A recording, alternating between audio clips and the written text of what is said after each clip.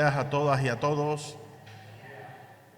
Agradezco en nombre de la Red de Solidaridad Canario-Cubana, compuesta por muchas organizaciones, desde la Asociación de Migrantes Cubanos en Canarias, organizaciones políticas como el Partido Comunista del Pueblo Canario, Partido Comunista de Canarias, miembros de Izquierda Unida, sindicatos como Comisiones Obreras, Intersindical, ¿no?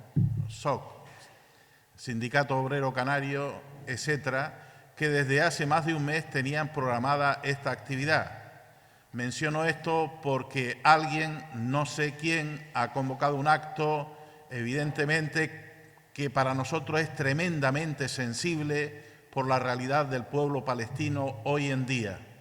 Pero hacemos un llamamiento precisamente a aquellos organizadores espontáneos que convocan actos cuando se sabe que hay organizaciones que son más sensibles a la hora de movilizar y tomar iniciativas en solidaridad con las causas internacionalistas, que tengan en cuenta a las organizaciones por nuestra capacidad de convocatoria y precisamente para no machacar actos en los que hay comprometidos incluso representantes del pueblo palestino, del pueblo saharaui, de Cuba, de instituciones cubanas, de instituciones venezolanas, de compañeros de Chile, de Colombia, etcétera.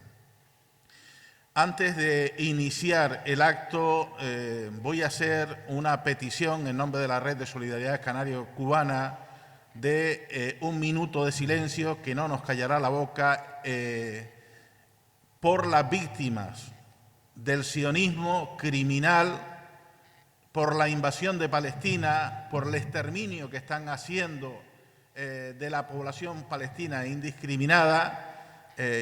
Pido un minuto de silencio en solidaridad con ellos.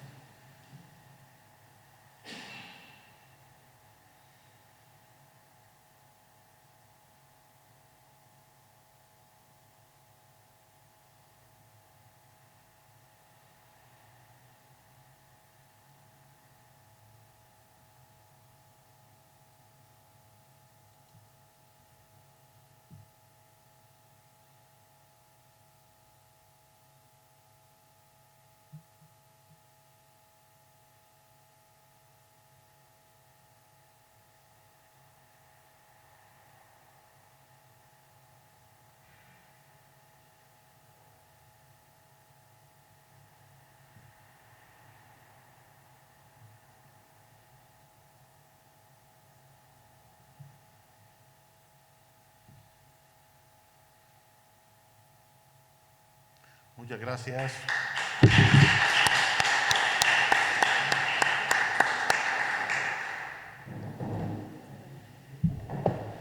El acto que nos ha traído hoy aquí tiene su explicación y es a raíz precisamente del bloqueo ilegítimo que sufre Cuba, bloqueo económico, guerra económica y guerra multifactorial para intentar empobrecer, arruinar la economía de Cuba, aislarla y que cambie el sentido de ese gobierno para virar a su pueblo por el sufrimiento que está infligiendo esta guerra económica al pueblo de Cuba.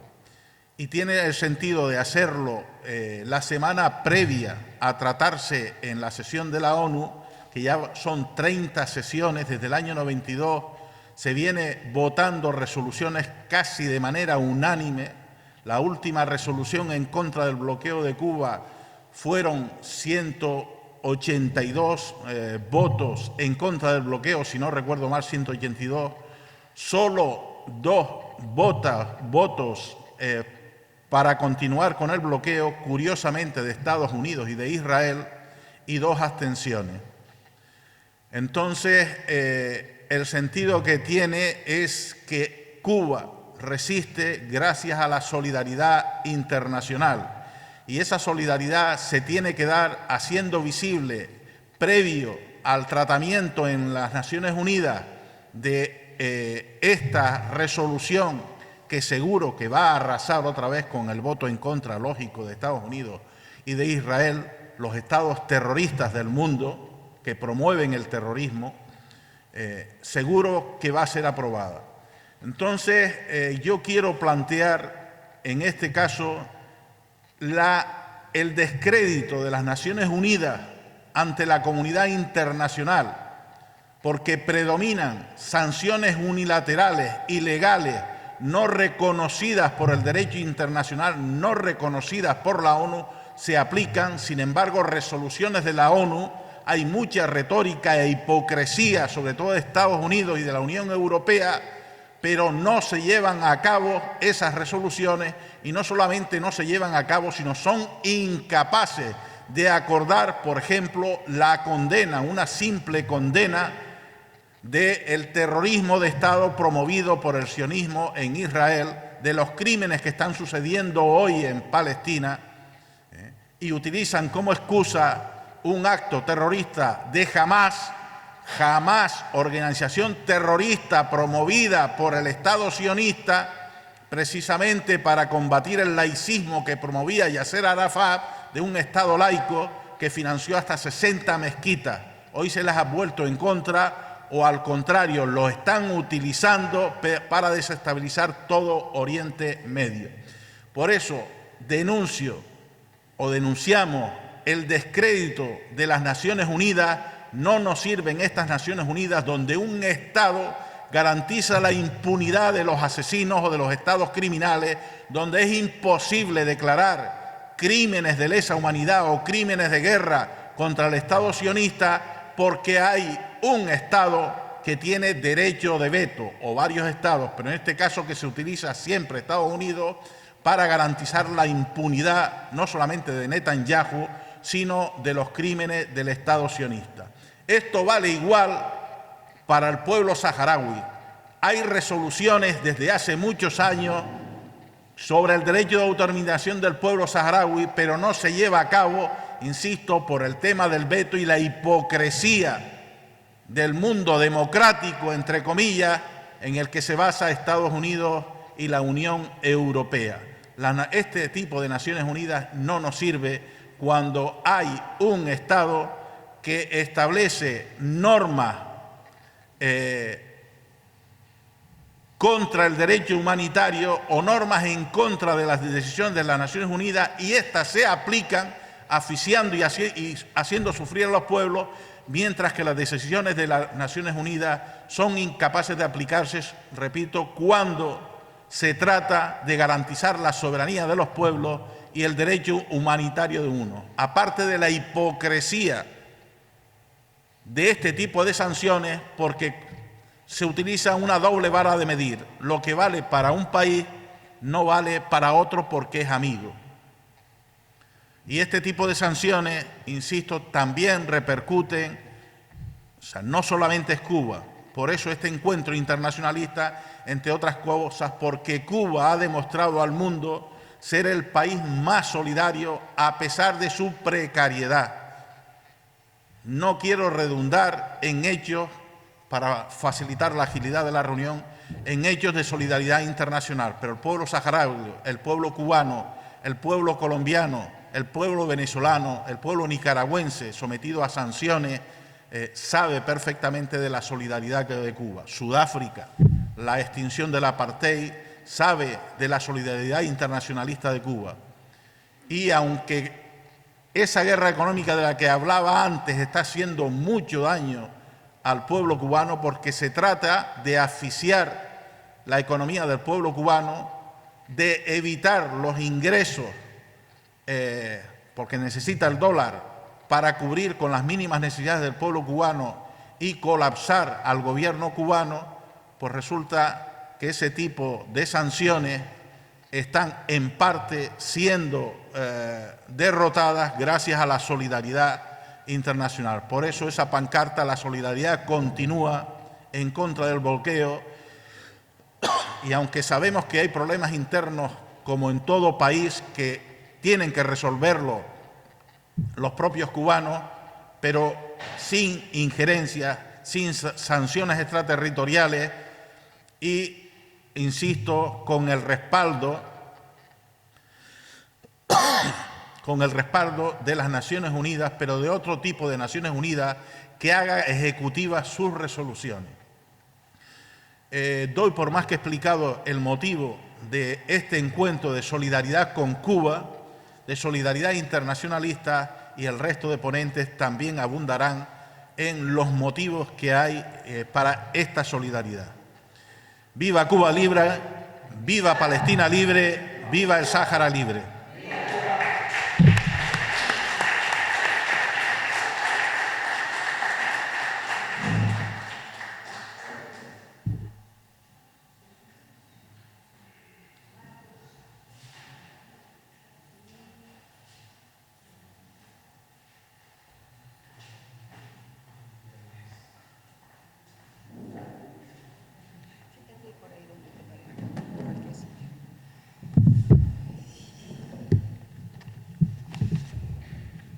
Buenos días, ya Lolo ha... Vale, sí, efectivamente, el técnico de sonido nos ha dicho que nos pongamos aquí los que vayamos a hablar, entonces los ponentes se irán colocando en este lugar. De nuevo reitero las gracias por estar aquí, porque ya sabemos que hay otra concentración, pero les agradecemos que hayan venido a acompañarnos. Les voy a presentar a los ponentes y ellos, aunque faltan algunos, luego se irán incorporando. Primero va a hablar Rosa Halabi, por Mujeres por la Paz y asociaciones de Palestina. Después el compañero Marcos Mancilla, que es del pueblo mapuche. A continuación el compañero Ali Salem Sidi Zein, delegado del Frente Polisario en Canarias. Luego se incorporará la compañera que hablará por Colombia, Osiris Baiter, que ha tenido un problema y vendrá un poquito más tarde. Y al final la cónsul de Venezuela, María Isabel Seijó, que también llegará un poquito más tarde. Cuando ellos acaben, se abrirá un turno de palabras y para que puedan responder a lo que queramos preguntarles. Entonces, Rosa, te cedo el sitio.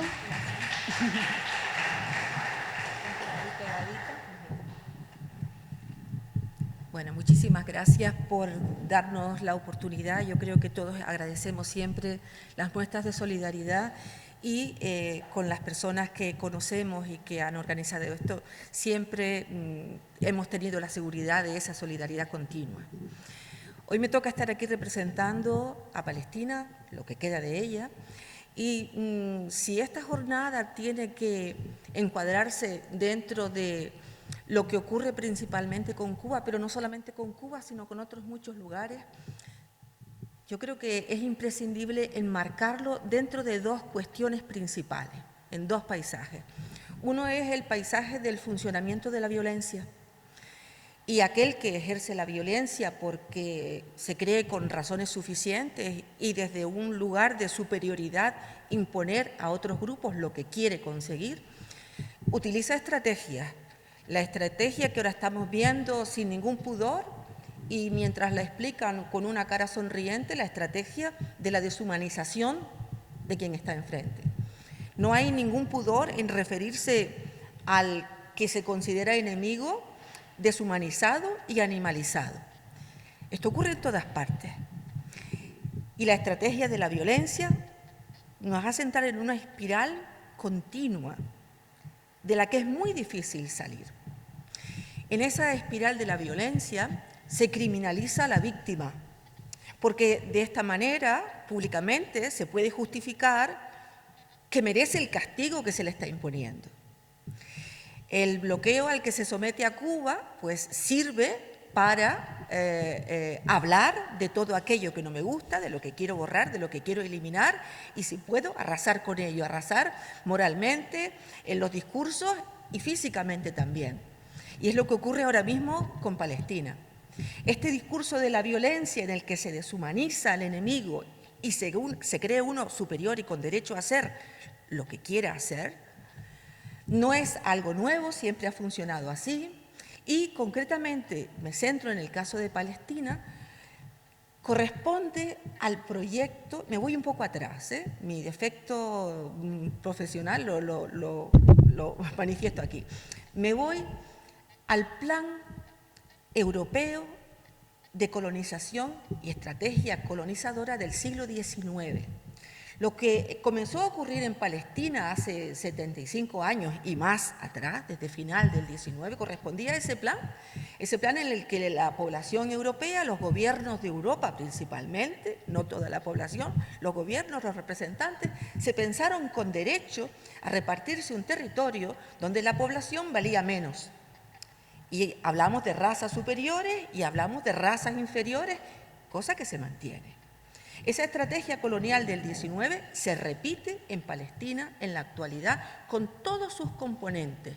Un poco más tarde, el último proyecto colonial llevado con esas líneas, pero responde a esa estrategia. Y hoy vemos en directo todo lo que allí ocurre y cuesta aceptarlo que a estas alturas de la historia de la humanidad podamos ver en directo el genocidio al que estamos asistiendo. No me quiero alargar mucho, pero sí dejar claras dos cosas. La cuestión de la violencia, de la que en algún momento habrá que salir. Tendrá que haber dirigentes con la valentía suficiente para sacarnos de esa espiral. La valentía no se demuestra teniendo más armamento y aplastando a los demás, creyéndose que eres más, sino saliéndose precisamente de esa lógica de la violencia, y habrá que conseguir hacerlo, y habrá que cambiar muchas cosas en la educación de nuestra gente joven, porque estamos educando en la violencia, queramos o no, hay que verlo. Cuando consideramos deporte a la violencia, cuando consideramos, normalizamos el tipo de juegos que se comercializan y al que dejamos jugar a la gente más joven, estamos normalizando la violencia. Se basa en lo mismo, ya sea a escala individual como a escala colectiva y a escala mundial como lo estamos viendo hoy. Dentro de un rato, yo sé que coincide la manifestación que se ha convocado con esta actividad que estaba programada desde antes, y en algún momento también habría que mirar ese calendario para las personas que llevan la iniciativa. Nosotros nos sumamos a una y nos sumamos a otra, y estaremos siempre allá donde se nombre a Palestina para explicar qué es lo que pasa y para pedir paz y justicia. Y yo me cierro aquí para que después puedan intervenir los demás compañeros. Me han dicho 5 minutos y ahí me quedo.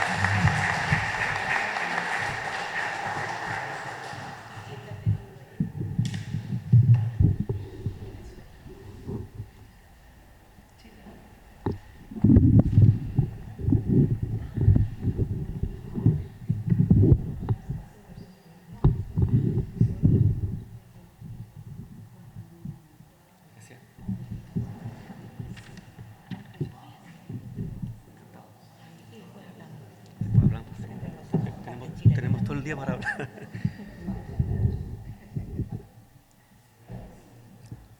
Marimari Pulañén, Marimari Compuché.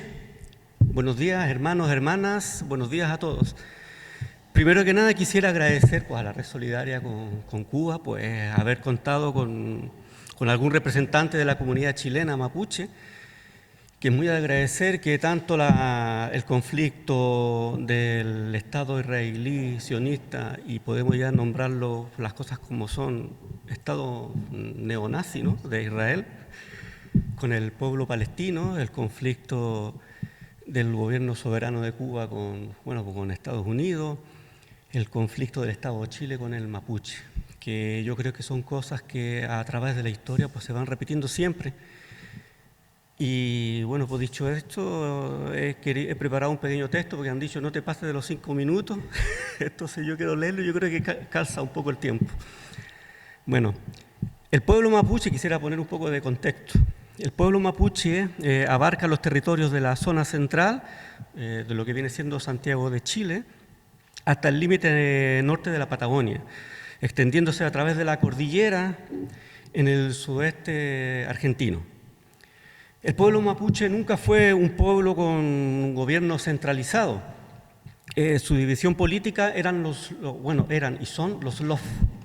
que son pequeñas comunidades que tienen un antepasado en común, de los cuales sus representantes son los loncos, que hacen las funciones de guía para su comunidad, y está la Machi, que es la guía espiritual y curandera de los Lof. En tiempos de guerra pues se unían varios Lof y conformaban lo que se llamaban los Ayarrehues, y elegían un jefe guerrero, que son los Toquis.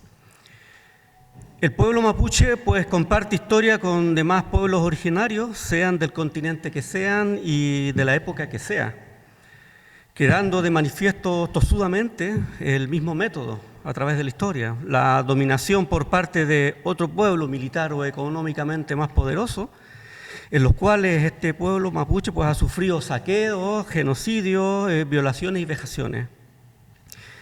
Pero a pesar de esto, pues el pueblo mapuche sigue en pie de lucha y ha demostrado una resistencia durante varios siglos, en los cuales no ha podido ser totalmente dominado, vamos a decir. Testigos de esto pues son el Imperio Inca, quienes denominaron a los mapuches araucanos, que en terminología quechua pues viene siendo algo parecido como a un pueblo feroz. Es testigo también el Imperio Español de la época, quienes que tuvieron que firmar un acuerdo con el pueblo mapuche, un acuerdo de paz y no agresión, dejando al pueblo mapuche por los territorios al sur del río Biobío. Y actualmente pues el Estado chileno, que a partir de la mitad del siglo XIX comenzó su mal llamada pacificación de la Araucanía, que no era otra cosa que enriquecerse de los recursos que contaban y una violación de los acuerdos que ya tenía el pueblo mapuche con el Estado chileno. Como fruto de esto, pues el pueblo se ha vuelto reducido a pequeñas comunidades con las tierras menos productivas y llevándolos pues a lo que es a la pobreza y la exclusión social. Debido a esto, pues se ha recrudecido más en la época de la dictadura militar, que por culpa de la implantación durante la dictadura del ultraliberalismo económico, pues ha llevado a la expropiación y saqueo prácticamente total de las tierras sagradas del pueblo mapuche, y entregando pues a empresas extractivas, tanto chilenas como internacionales, los recursos de ellos.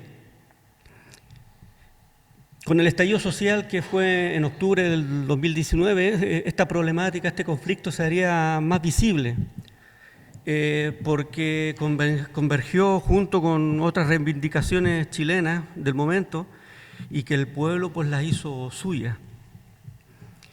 Gracias a esta lucha, pues muy bien sabido por todos, pues, se logró constituir una asamblea constituyente en la que se logró pues la elaboración de una nueva constitución, y que se consiguió un gran hito histórico, podríamos decir, dentro de la historia chilena, de dar un cupo reservado a escaños indígenas, que fueron 17 escaños, bueno, y son 17 escaños de momento. Y lograr también que la dirección de esta Asamblea Constituyente estuviera en manos de una compañera hermana mapuche, que fue Elisa Loncón, una destacada activista mapuche, académica y lingüista. Se pondría a pensar que gracias a estos logros del estallido social, la asamblea y la visibilidad del conflicto, pues se haya solucionado este conflicto y se hayan logrado ciertas cosas, pero en realidad pues el pueblo mapuche sigue reivindicando el mismo objetivo, que es la devolución de las tierras sagradas y de su autodeterminación como pueblo, y que, bueno, pues queda mucha lucha por seguir, porque a pesar de todos los gobiernos, a partir de la vuelta a la democracia, pues no se ha ahondado mucho y el Estado chileno no se ha sentado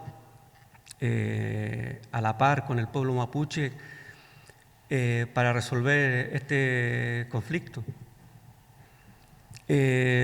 Sigue aplicándose la ley antiterrorista, vamos a decirle entre comillas, a este conflicto, que han llegado a compañeros a declararlos como terroristas, simplemente a recuperaciones de tierra que han hecho ellos, de tratar de expulsar a las empresas extractivas que están saqueando el país. Se les ha llegado a procesar como terroristas. Prueba de ello están las compañeras, la lonco Juana Calfunao, que ha sido condenada varias veces a prisión. Está la machi Francisca Linconao, también, que pasó duros momentos de procesos penales simplemente por defender su rehue, que es como una tradición mapuche de las machi. Y se han llegado a cometer crímenes vilmente salvajes contra compañeros mapuches. Están los casos de Camilo Catrillanca en Chile, que fue asesinado por el comando Jaguar, creo que se llamaba, no me recuerdo muy bien, con disparos por la espalda y todo. En el lado argentino también está el caso de Rafael Nahuel. Pues, en resumen, pues el conflicto del Estado chileno con el pueblo mapuche, pues, como lo he dicho, viene siendo lo mismo, y equiparándolo también con el conflicto del pueblo saharaui, con el conflicto del pueblo palestino y con todos los conflictos de pueblos minoritarios, pueblos originarios en distintas partes del mundo. Y viene siendo el mismo de un poder económico militar mayor que se cree con el derecho de invadir, saquear recursos de otras zonas. Y bueno, pues no me quiero alargar más, que yo creo que la conversación va a dar a mucho más y lo analizaremos en fondo. Pero el conflicto mapuche en síntesis es eso. Tripaín, Marichihueu, estamos en pie, 10.000 veces venceremos.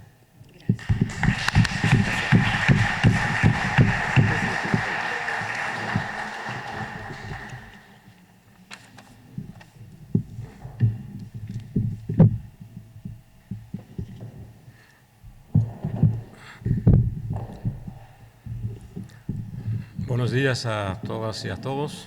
En primer lugar, quería agradecer la Red Solidaridad con Cuba por incluirnos en este programa y por permitirnos estar presentes para, en primer lugar, expresar nuestra solidaridad con Cuba, con el pueblo cubano, nuestro rechazo a lo que es el bloqueo económico contra Cuba, así como también nuestra solidaridad y nuestro apoyo con nuestros hermanos palestinos que, como sabéis, están sufriendo en estos momentos un genocidio en Gaza, así como con todos los pueblos que luchan por su autodeterminación, por su independencia, tanto los que están presentes con nosotros aquí en el día de hoy como los que no están.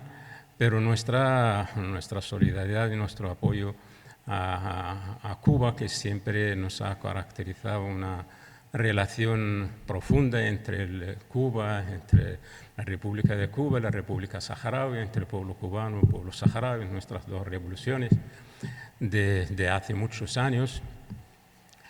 Cuba ha manifestado su solidaridad y su apoyo y lo ha ofrecido a nuestro pueblo desde el primer momento del comienzo de la lucha del pueblo saharaui por su autodeterminación, desde los años 70 hasta la actualidad.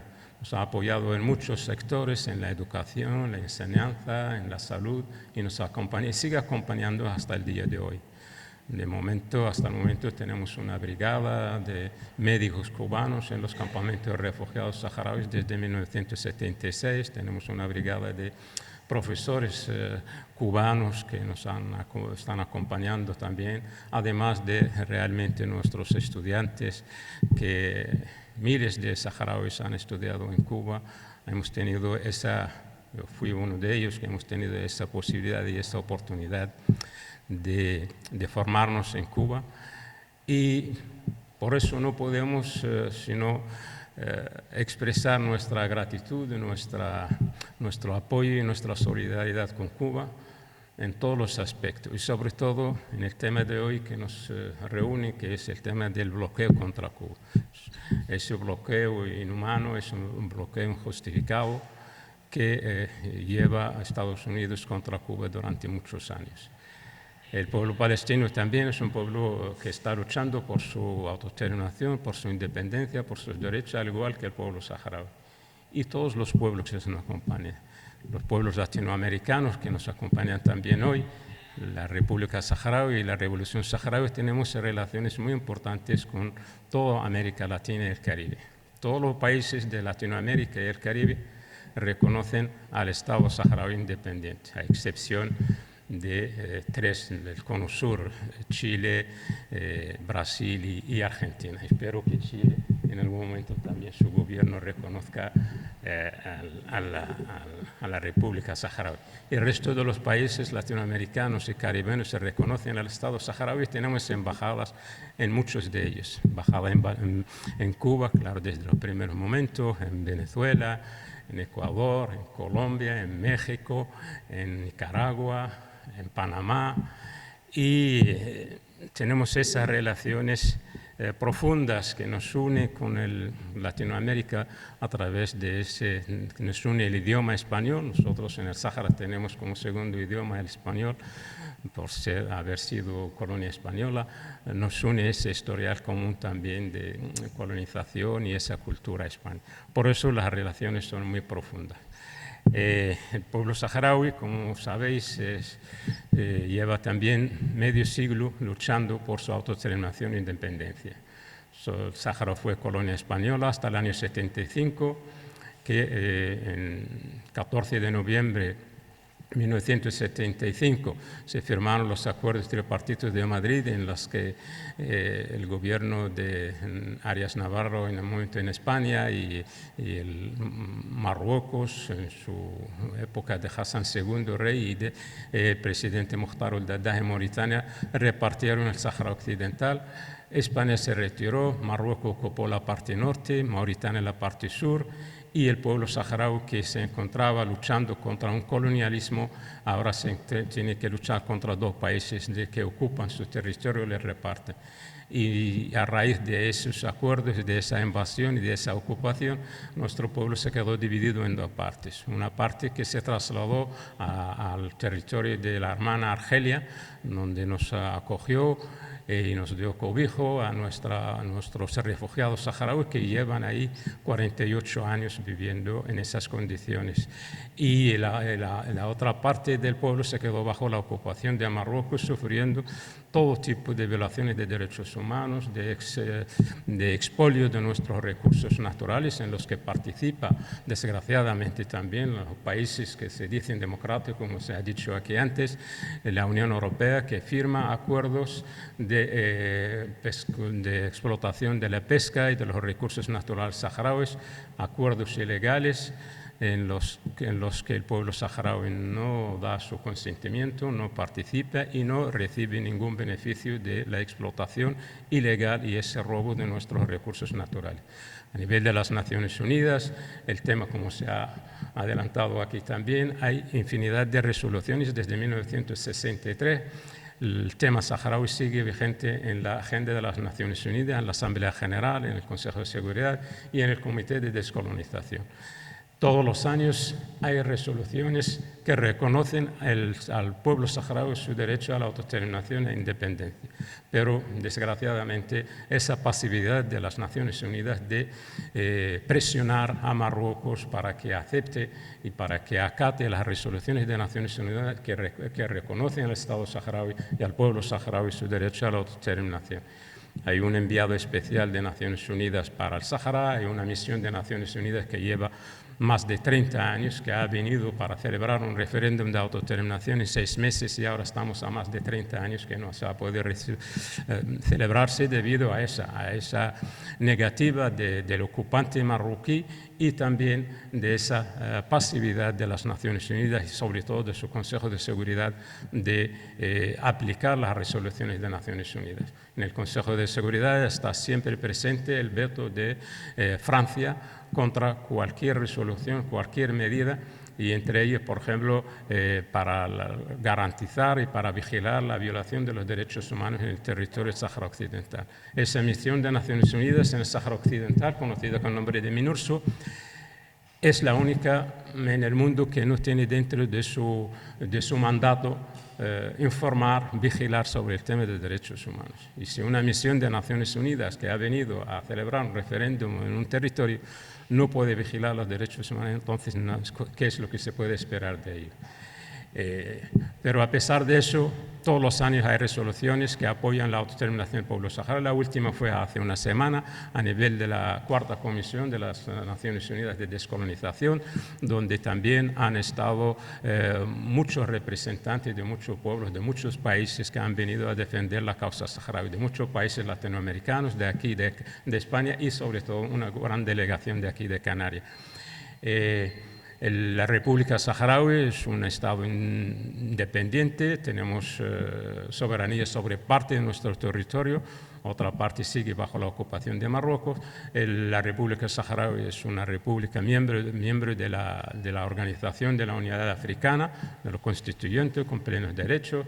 Tenemos relaciones diplomáticas a nivel internacional con toda la mayoría de los países de África, Latinoamérica, como he dicho antes, y nuestro movimiento de liberación, el Frente Polisario, presente también en todas las capitales europeas y en otros y en el mundo.